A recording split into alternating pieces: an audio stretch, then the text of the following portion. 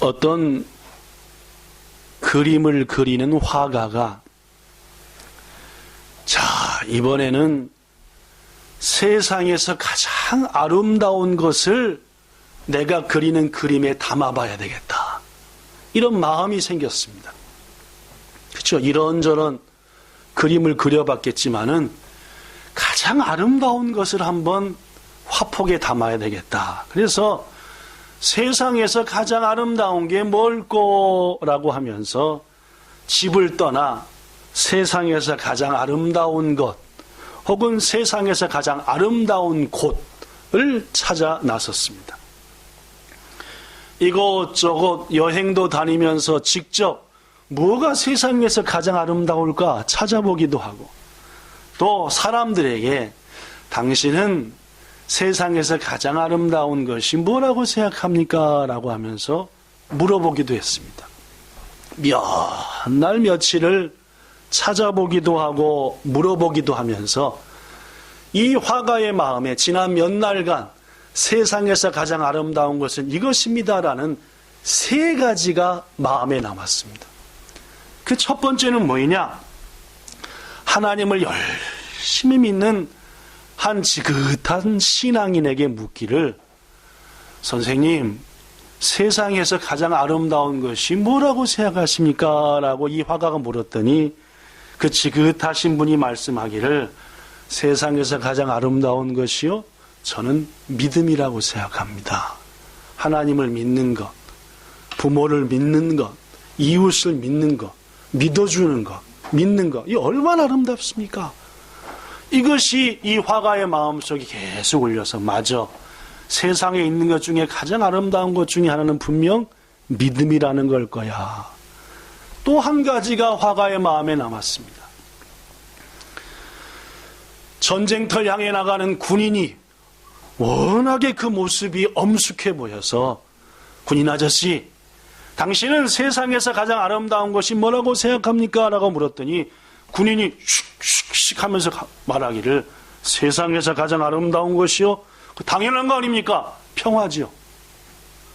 이 세상이 평화로웠으면 좋겠고 평화로운 것만치 아름다운 것이 어디 있겠습니까? 라는 이 군인의 말이 화가의 마음속에 남아 맞아. 세상에서 최고 아름다운 것 중에 하나는 믿음임과 동시에 평화일 거야. 마지막으로 한 가지 이 화가의 마음에 또 한 가지가 쟁쟁하게 울려 퍼졌습니다. 누구한테 물었냐면은 막 결혼하여 여행을 떠나는 부부한테 물었거든요. 세상에서 가장 아름다운 것이 신혼부부는 뭐라고 생각합니까? 했더니 막 신부가 된 아리따운 처녀가 사랑이지요. 그렇죠. 사랑만치 아름다운 것이 어디 있겠습니까? 화가는 몇 날 며칠의 배움과 관찰, 연구를 통해서 마음에 정했습니다. 세상에서 가장 아름다운 것은 믿음이며 평화며 뭐이다? 사랑이다. 고민이 생겼습니다. 이 세 개를 하나만 그리기는 좀 그렇고 이 세 가지가 다 포함된 무언가를 그리고 싶은데 과연 이 세상에서 사랑도 있고 평화도 있고 믿음도 있는 그것은 과연 뭘까 하고 또다시 찾아 헤맸는데 아무리 찾아도 이 세 가지가 다 있는 것을 찾을 수 없는 거예요. 이제 이 화가는 여비도 떨어졌고 몸과 마음도 지쳤고 그래 집에 가서 다시 한번 충전해서 얼마 후에 떠나자. 이 세 가지가 다 담긴 곳을 찾아 하고 지친 몸으로 집에 돌아왔답니다. 문을 딱 여는 순간 이 화가의 아이들이 막 아빠를 향해 달려왔습니다. 아빠! 다녀오셨습니다. 이 화가는 자신을 향해 달려와 안긴 자녀들의 눈빛 속에서 믿음이라는 것을 발견했습니다. 아버지를 신뢰하는 믿음, 아버지를 의지하는 믿음. 화가는 순간 외쳤습니다. 아! 여기에 뭐가 있구나? 어디 갔어요? 없네. 아, 여기에 뭐가 있구나? 믿음이 있구나! 라고 외쳤다. 아이들을 안고 부엌에서 열심히 일하다가 남편을 맞으러 나오는 아내를 봤습니다. 아내는 몇 날 며칠이나 집을 떠났던 남편이었지만 밝은 얼굴로 세상에서 가장 아름다운 것을 찾으셨나요? 라고 묻는 그 아내의 모습 속에서 화가는 느꼈습니다. 여기에 뭐도 있구나. 여기에 사랑이 있구나. 이 화가는 아이들의 믿음과 눈 속에 있었던 말입니다. 그렇죠? 아내의 따뜻한 배려의 사랑을 가지고 오랜만에 편안하게 자기가 평소 앉던 의자에 푹 앉았습니다. 앉는 순간 이 화가에게 찾아온 한 가지가 있었습니다. 뭘까요? 평화였죠. 평화였습니다. 이제까지 몇 날 며칠 느끼지 못했던 평화와 화평이 마음과 몸에 푹 찾아왔는데 얼마나 마음이 평화스럽든지 화가는 순간 이렇게 말합니다. 세상에서 가장 아름다운 것, 세상에서 가장 아름다운 곳, 그것은 뭐이다? 가정이다 라고 말합니다. 사랑하는 성도 여러분, 하나님이 우리에게 허락하신 가정만치 아름다운 곳은 없는 줄로 믿습니다. 하나님은 가정을 소중히 여기사 온 우주 만물을 만드시고 가장 마지막에 가정 창조를 하시면서 그 창조 사역을 마치신 줄로 믿습니다. 하나님이 창조하신 모든 창조 과정의 가장 마지막이 가정이었다는 말입니다. 또한 우리 예수님은 본격적인 공생애를 시작하시면서 가장 처음 기적을 행하신 곳이 있는데 그곳이 바로 가나라고 하는 곳에 혼인잔치하는 집에서였습니다. 그렇습니다. 새 가정이 탄생되는 곳에서 우리 주님은 첫 기적을 행하셨고, 요새 마가복음을 아침마다 보고 있는데 마가복음 보면 예수님이 얼마나 이 집 저 집을 방문하시는지, 얼마나 가정을 귀중히 여기시는지. 사랑하는 여러분, 그런데 말입니다. 지금 여기 써진 대로 이 시대의 가장 슬픔 가운데 하나는 너무나 많은 사람들이 기쁨과 성공과 행복을 가정 바깥에서 찾으려 한답니다. 자신의 행복과 기쁨을 가정이 아닌 가정 바깥에서 찾으려 하고, 가정을 희생시키고 가정을 포기하게 만들고 세상 속에서 행복과 기쁨을 찾으려 한다라는 말. 많은 사람들은 하나님이 우리에게 허락하신 가장 행복의 동산인 가정을 가꾸고 세우는 것보다도 직장에서 성공을 통해서, 재물을 통해서, 혹은 권력을 통해서 뭔가 얻고자 하는, 거기에 더 많은 시간과 마음을 투자하니까 그 삶이 점점 황폐해지고 가정은 망가지고 고로 세상은 어두워지고 사람들의 일부는 일과 재물의 노예로 전락하고 말았다는 말입니다. 오늘 가정의 달 두 번째 주일을 맞이해서 이 자리에 함께 하신 모든 여러분들은 가정을 통해서 얻는 행복이라는 것은 그 무엇과 비교할 수 없으니 가정의 행복을 먼저 추구하시고 가정으로부터 평화를 누리시고 가정으로부터 기쁨과 사랑을 누리시는 이 자리에 함께한 모든 분들 되시기를 예수님 이름으로 축복합니다. 그렇다면 여러분, 가정의 행복을 위해서 우리들이 가져야 될 마음, 우리들이 행해야 될 일들은 뭘까요? 가정이 행복하면 모든 게 행복합니다. 가와 만사성이라. 가정이 화목하면 모든 일이 잘 되는 법이고 행복합니다. 바깥의 일이 잘 돼도 가정이 화목하지 못하고 평안없지 못하면 그 사람은 절대 행복한 사람이 아닙니다. 가정의 행복을 위해서 우리들이 꼭 기억해야 할 것, 꼭 행해야 될 것, 첫째, 해봅시다. 시작. 우리의 가정은 하나님이 세우신 것임을 잊어서는 안 된다. 부부의 만남도 마찬가지고, 부모 자식도 마찬가지고, 형제간도 마찬가지고, 사람의 뜻으로 된 게 아니라 뭘로 된 거라고요? 하나님이 세우신 것이다. 우리 가정은. 이것을 망각해서는 안 된다. 거꾸로 얘기하면은 우리 가정을 세운 게 내 뜻대로 세웠다라는 순간 그 가정은 행복으로부터 점점 멀어지게 된다라는 말이에요. 인류 최초의 가정인 아담과 하와의 가정을 보십시오. 그 가정에 대해서 예수님이 한마디 하셨습니다. 뭐라고 하셨느냐? 마태복음 19장 4절부터 보니까 예수께서 이르시되 사람을 지으신 이가, 즉 하나님이 말입니다. 본래 남자와 여자를 지으시고 말씀하기를 사람이 그 부모를 떠나 아내에게 합하여 둘이 한 몸이 될지니라 하신 그 말씀을 읽지를 못했냐. 그런즉 둘이 아니요 한 몸이니 그러므로 하나님이 짝지어 주신 것을 사람이 나누지 못할 것이다. 그렇습니다.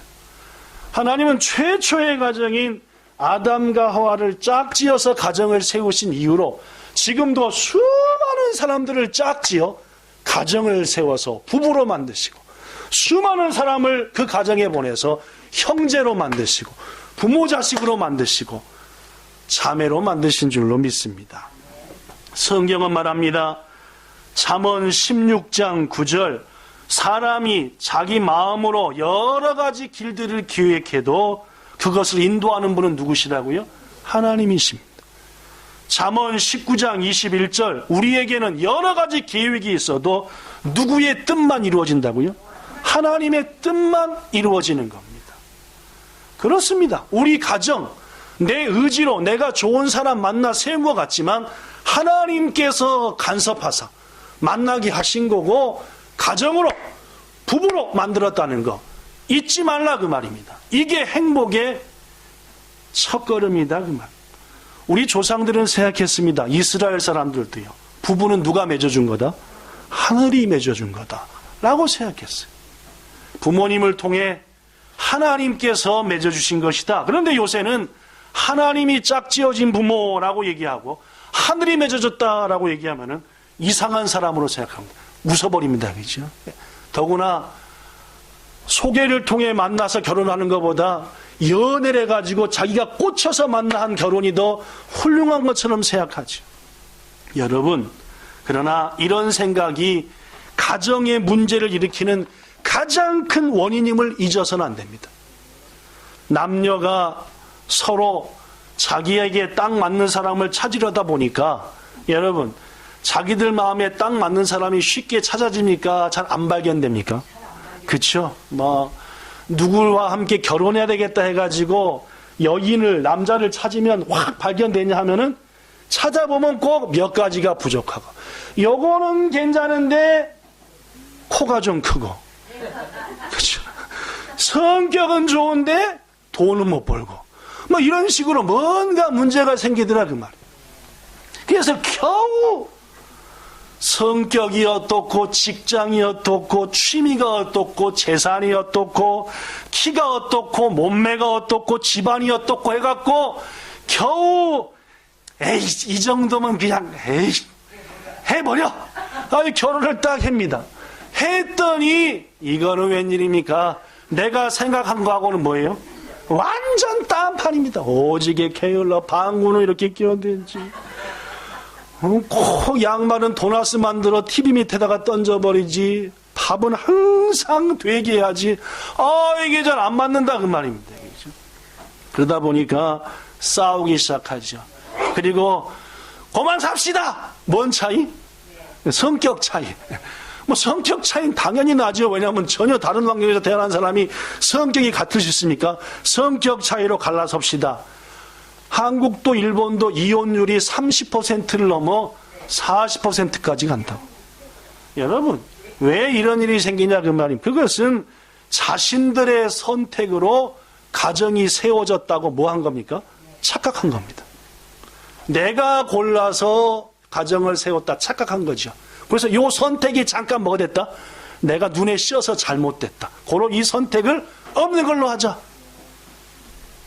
성도 여러분, 오직 우리들의 가정은 하나님이 세우셨다는 사실, 이것은 분명한 사실이고 이것을 잊는 순간 우리 가정의 행복은 먼 가정 얘기다는 사실을 기억하시고 오늘 이후로 가정을 위해서 기도할 때마다 이놈의 남편, 이놈의 새끼들, 이놈의 아내라고 기도하지 마시고 하나님께서 채워주라고 만나주신 우리의 가정이고 내 자식이고 부모인데 주님 더 사랑하게 하소서, 하고 기도하셔서 응답받으시기를 축복합니다.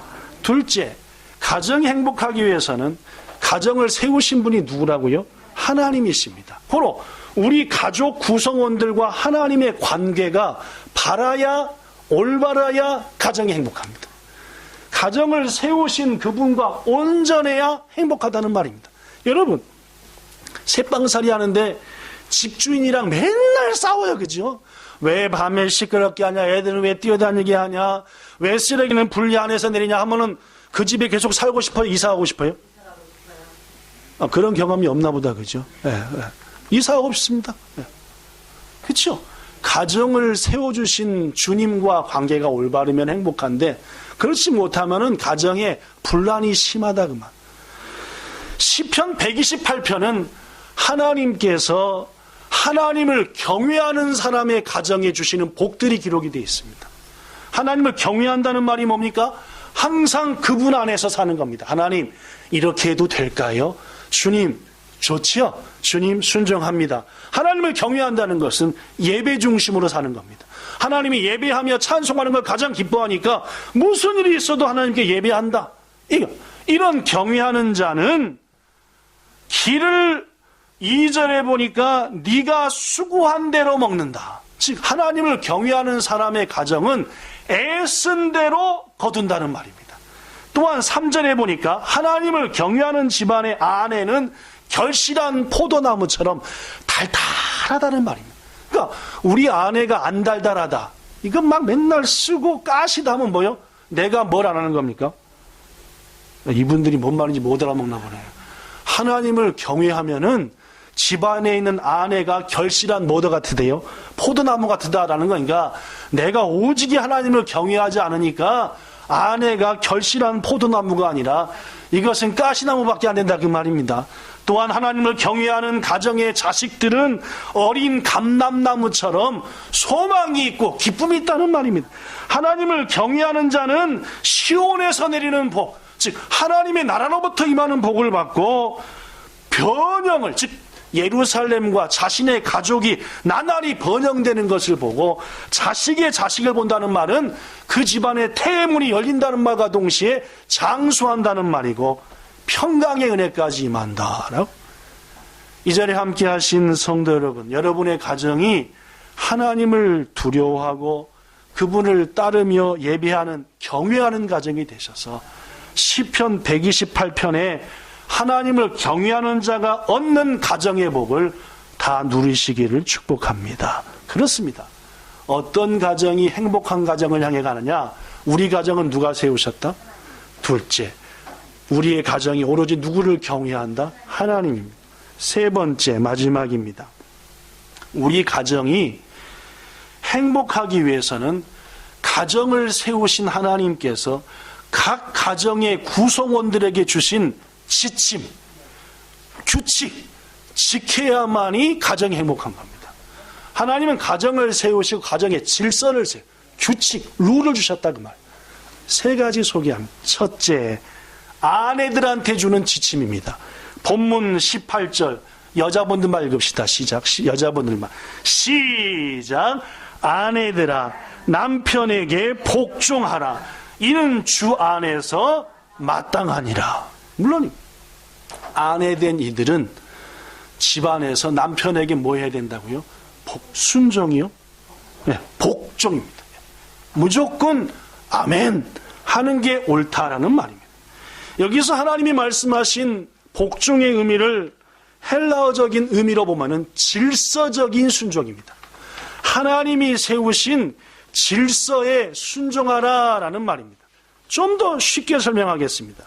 고린도전서 11장 3절에 보면은 가정을 세우신 하나님이 가정의 질서를 세웠습니다. 그 질서가 뭐냐? 각 남자의 머리는 누구요? 그리스도요. 여자의 머리는 누구다?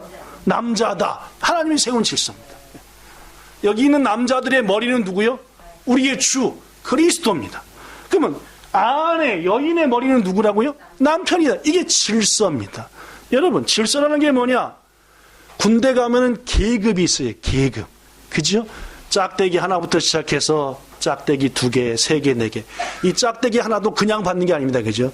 6주 동안 죽으라고 훈련받아서 훈련을 딱 통과한 자한테만 짝대기 하나를 딱 붙여서 빛나는 계급장을 딱 붙이는 거죠.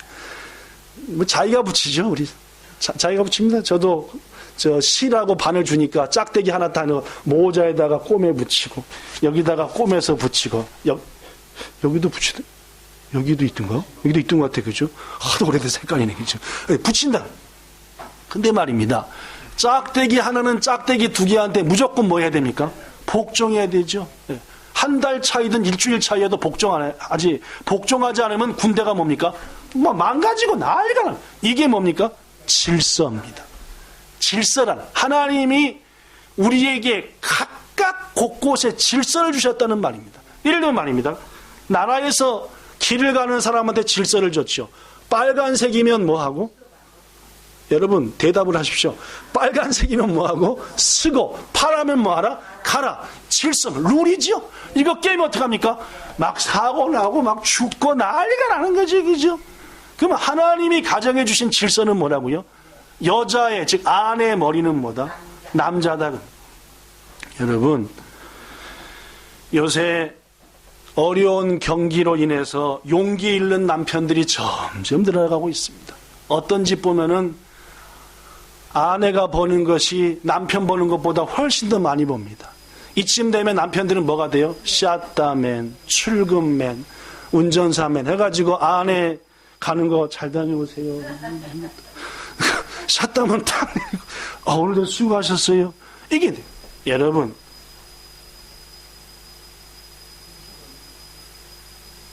우리 교회 거 소리는 아닌 것 같기도 하고 긴 것 같기도 하고 귀뚜라미 소리인가. 사랑하는 여러분, 가정의 주도권을 남편으로부터 빼앗는 것, 하나님이 세운 질서를 배려버리는 겁니다. 그렇죠? 남편이 아무리 내 마음에 안 들고, 남편이 아무리 돈을 못 벌어오고, 성격도 더럽고 생긴 것도 엉망이고 하더라도 하나님이 세워서 세우신 남편이니까 누구처럼 섬기라고요? 하나님을 섬기듯, 남편이 그리스도를 주로 섬기듯 아내도 남편을 그런 마음으로 섬겨야 된다. 이게 질서적 순종입니다. 그렇죠? 아시겠죠? 우리 교회 조금 남편보다 한두 살 많은 부인들도 꽤 계신데 나이 많다고 남편을 좌지우지하면 누구의 질서를 깨는 거예요? 하나님 질서를 깨는 거죠. 그렇죠? 남편한테 깍듯이 무슨 말하고? 어이 남편 하지 말고 뭐라고 했습니까? 성인 남편님. 이렇게 현자 집사님이 남편을 존중하고 말입니다. 그렇죠? 이렇게 해야만이 하나님께서 그 가정에 뭘 주신다? 평강과 은혜를 주신다. 오늘 본문은 분명히 말합니다. 아내들아 남편에게 뭐하라? 복종하라 말입니다. 질서에 복종하라. 네가 좀 많이 번다고, 네가 좀 더 많이 한다고, 네 성격이 좀 좋다고, 네가 더 돈 많이 벌어온다고 남편 위에 앞서지 말고 네는 섬기는 자의 위치에 서라. 이게 하나님이 가정에게 주신 규칙과 질서라는 말입니다. 잊지 마시기를 부탁합니다. 둘째, 19절 남자들만 읽읍시다. 시작. 남편들아 아내를 사랑하며 괴롭게 하지 말라. 아내를 뭐 하라고요? 사랑하라. 더구나 성경 곳곳에서 그 사랑이 어떤 사랑인지를 말합니다. 상당히 수준 높은 사랑이에요. 에베소서 5장에 보면은 남편들아 네 아내 사랑하기를 예수님께서 교회를 위하여 목숨을 버리면서까지 사랑하는 그 사랑으로 누구를 사랑하라? 아내를 사랑하라 그 말. 예수님은 얼마나 교회와 성도들을 사랑하셨든지 십자가에 달려 죽기까지 교회와 성도를 사랑했습니다. 고로 남편들도 누굴 위해 죽어야 됩니까? 아내를 위해서 죽을 각오로 살아요. 근데 남편은 뭘 위해 죽으려면 자식을 위해 죽으려 해야지, 직장을 위해 죽으려고 하지, 부모를 위해 죽으려고 하지. 일단 누굴 위해 죽어야 되는데? 아내를 위해 죽어야 되는데 이놈의 남편들은 자꾸 아내를 위해서 안 죽고 직장과 직장에 있는 상사와 돈과 자신이 평소부터 가졌던 꿈, 여보 나한테 꿈이 있어, 꿈을 위해 난 죽어야 돼, 그런 것과 결혼한 것이 문제예요, 그죠? 근데 하나님이 맞춰줬으니까 어떡하겠습니까? 여기 있는 남편 되실 분들, 남편이신 여러분들, 남편이 목숨 걸 일은 세상 그 무엇이 아니라 누구라고요? 아내를 위해서 먼저 목숨 버는 거, 그것이야말로 하나님이 세우신 뭐이다? 질서다라는 말. 무슨 하는 소리가 그죠? 마이크는 아니고 그죠?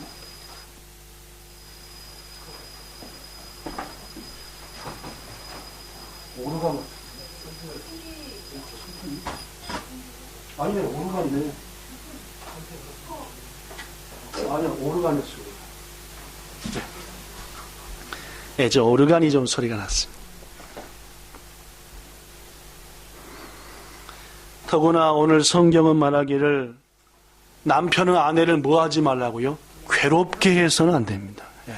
오늘날 못돼 먹은 남편들이 아내한테 폭언을 하고 폭력을 가하고 거짓말을 하고 심지어 속이 꼭 밴댕이 속보다 더 좁아갖고 아내가 한 말에 탕 삐져버리고 이거 안 된다 그 말.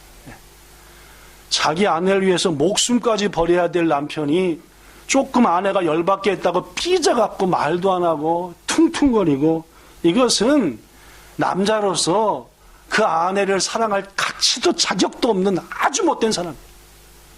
사랑하는 여러분, 남편은 무엇보다도 내가 목숨 가장 걸어야 될 첫 번째 대상자가 아내라는 사실을 말씀을 통해서 마음속 깊이 새기고 아내에게 고통 주지 않도록 자신을 위해서 자신을 주인처럼 섬기며 하나님처럼 섬기는 아내를 온 마음으로 사랑하는 그런 남편이 돼야 그 가정이 뭐해진다고요? 행복해지고 평화로워진다는 말. 종교개혁자 마르틴 루터는 말하기를 예수님은 인간에게 두 가지 계명을 주셨다.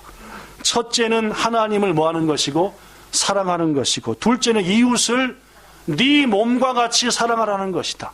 그런데 우리의 이웃 중에 가장 가까이 먼저 섬겨야 될 이웃이 누구다? 뭐다? 안 보입니까, 남자들? 써줬네. 아내라고, 그죠? 네. 가장 먼저 섬겨야 될 게 그 친구 누구도 아니고 고객 누구도 아니고 내 집안에 있는 누구라고요? 아내다 말이에요. 이게 루터가 깨우치고 한 말입니다. 세 번째, 본문 20절, 자녀들아 부모에게 순종하라. 그렇습니다. 하나님이 세우신 가정이 화목하고 평화롭기 위해서는 자녀들이 부모에게 순종해야 합니다. 1700년대 영국의 가장 위대한 학자로 알려진 사무엘 존슨이 어느 비가 억수로 내리는 날 장터에서 몇 시간 내내 그 비를 다 맞으면서 엉엉 울고 있었습니다. 제자들이 말려도 들은 채도 않고 계속 슬픔에 잠겨 울고 있었어요. 그래서 그 다음날 제자들이 물었습니다.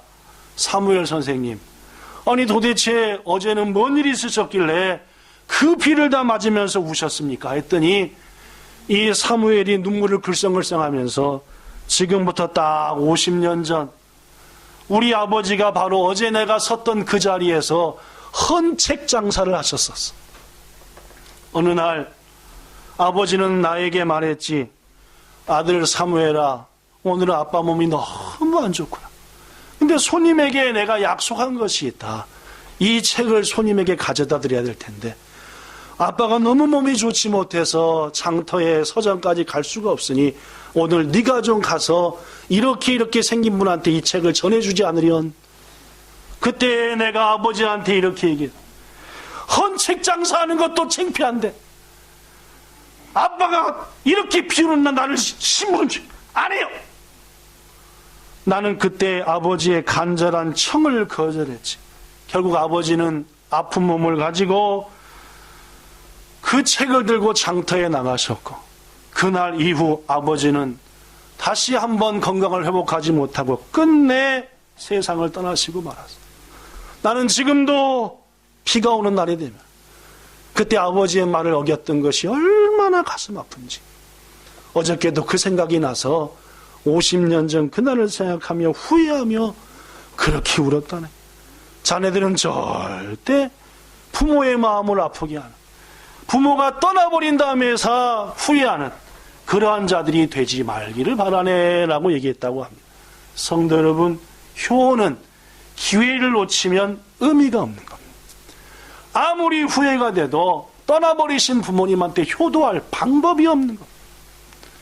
우리 본향교회 안에 이곳에 함께 하신 성도분들 중에서는 이미 부모님을 떠나보낸 분들이 많이 계시고, 또 여러분들 중에서는 부모님이 아직 혼자 계시거나 남아 계신 분이 있는데, 부디 기회를 놓치지 말고 부모님의 마음을 기쁘게 해드리고 효를 다하는 우리가 되기를 바랍니다.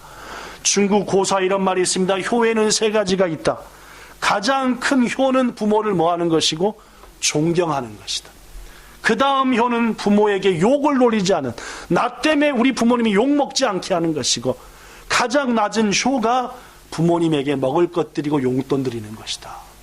여러분, 그렇습니다. 부모님을 가장 기쁘시게 해드리고 효를 다하는 것은 우리의 부모님을 뭐 하는 겁니까? 존경하는 겁니다. 알지도 못하면서 그래, 엄마는. 그 순간 엄마의 마음은 갈기갈기 찢어지는 겁니다. 아빠, 시대가 바뀌었어요. 요새는 그렇게 안 해요. 하는 순간 아버지의 마음은 뭐예요? 그래 라는 한마디 하면서 그냥 천근만근 마음이 무너지고 만다는 말이에요. 자식은 부모를 존경해야 합니다. 그렇죠? 여러분과 저는 어떻습니까? 아빠는 알지도 못하면서 왜 그래? 이런 말은 우리의 생애 속에서 절대로 부모님에게 해서는 안 되는 말인 줄로 믿습니다. 잠언 23장 25절에 이런 말이 있습니다. 너의 부모를 즐겁게 하며 너 낳은 아버지를, 어머니를 기쁘게 하라. 이 자리에 함께 하신 여러분, 우리 부모님을 기쁘게 해드립시다. 즐겁게 말입니다. 가능하면 자주 찾아뵈고, 여러분과 저는 불효막심하게도 고향 땅을 떠나 여기 와서 사니 전화라도 자주 드리고, 가끔씩은 편지도 드리고 메일도 보내드려서 부모님께 기쁨을 드려야 합니다. 연세를 들면 들수록 재미있는 두 가지가 있답니다. 하나는 받는 재미래요. 누가 뭐 주면 참 재밌답니다. 근데 그보다 더 큰 재미가 뭐래요? 주는 재미래요. 네, 주는 재미랍니다. 여러분, 우리들의 부모님들이 받는 재미, 주는 재미를 만끽할 수 있도록 여러분과 저가 다 하나님께 복받아 부자가 되어서 부모님의 손에 많은 것을 들려드리기를 바랍니다. 받을 때 기분 좋고, 그 받은 것을 부모님이 꼭꼭 안으목에 묻어놓고 죽을 때 다 무덤으로 갖고 가시나요? 그렇지 않습니다. 손주들한테 주고 우리한테 또 주고, 주는 재미가 얼마나 솔솔하시겠냐는 말입니다. 여러분들 다 잘 되십시오. 그래서 여러분의 부모님들에게 받으시는 재미, 주시는 재미를 마음껏 느낄 수 있도록 해드리시는 여러분 되기를 바랍니다. 무엇보다도 우리 부모님께 천국의 소망을 가지게 해야 됩니다. 우리 본향교회 성도들 부모님들 가운데는 예수님 모르는 분들이 꽤 많습니다. 안타까운 일입니다. 연세가 많은 부모님들은 인정하든 인정하지 않든 죽음을 생각합니다. 저 사람도 죽었네. 나보다 나이가 어린데. 저 사람도 죽었네. 나보다 10년은 미친데. 나도 곧 죽겠네. 인간은 죽음을 생각할수록 두려워집니다. 그러나 예수님 안에서 죽음은 정복되고 영원한 천국과 부활이 있는 줄로 믿습니다. 제가 여러분들이 죽음을 두려워하지 않듯이 말입니다. 우리 연세 드신 부모님들에게 죽음을 두려워하지 않는 예수 믿는 부모로 인도하는 것, 이것이야말로 우리가 할 수 있는 최고의 효가 아니겠냐는 말입니다. 올해가 가기 전에 어떤 방법을 동원하고 목숨 걸고 기도하셔서 부모님들을 천국 소망하는 부모님으로 만들어가는 우리들 되기를 축복합니다. 말씀 마칩니다. 가정이 행복하기 위해서 첫 번째, 우리 가정은 내가 잘 골라 세운 가정이다는 착각을 버리고 우리 가정은 하나님이 짝지어 세워진 가정이다. 잊지 마시기를 부탁합니다. 가정이 행복하기 위해서는 가정을 세우신 그 하나님을 뭐 해야 됩니까? 경외하셔야 됩니다. 그래야 시편 128편에 엄청난 은혜가 우리 가정에 넘쳐 행복합니다. 마지막 세 번째로 가정이 행복하기 위해서는 가정을 세우신 하나님이 주신 룰을 지키셔야 됩니다. 첫째, 아내는 뭡니까? 남편을 예수님처럼 주로 섬기셔야 돼요. 그런 질서를 깨시는 순간 가정은 행복하지 않습니다. 아내들은, 남편들은 아내를 위해서 목숨을 다하여 사랑해야 돼요. 아내를 괴롭게 하시면 안 돼요. 아내의 마음을 아프게 하는 것, 이미 남편으로서 그 가정의 행복을 깨버리는 것으로 아시고, 오늘 이후로, 지금 이 시간 이후로 아내들의 마음에 기쁨과 평안을 주기 바랍니다. 자식된 여러분과 저, 무엇보다도 부모님에게 효를 다하되 하나님이 우리에게 기뻐하시는 그 인간을 향한 첫 번째 계명이 부모를 공경하라 함이니, 부모님의 마음을 항상 기쁘게 하여 위로부터 임하는 주의 약속의 복을 누리시는 온 가정 되기를 예수님 이름으로 축복합니다. 좋으신 하나님, 오늘 가정의 달 두 번째 주일, 어버이 주일 예배로 드립니다. 우리의 귀한 본향 성도들의 가정이 행복한 가정 되게 하시되, 하나님이 우리 가정을 세우셨다는 사실을 결코 잊지 않게 하시고, 주님을 경외하며 남편을 주님처럼 따르며 믿으며 아내를 위해서 목숨까지 내려버릴 수 있는 사랑이 있는 부모에게 온전한 효를 다하는 우리들 되게 하사 주님, 우리의 가정에 웃음과 행복과 평화가 넘치게 되기를 원하며 예수님 이름으로 기도드리옵나이다. 아멘.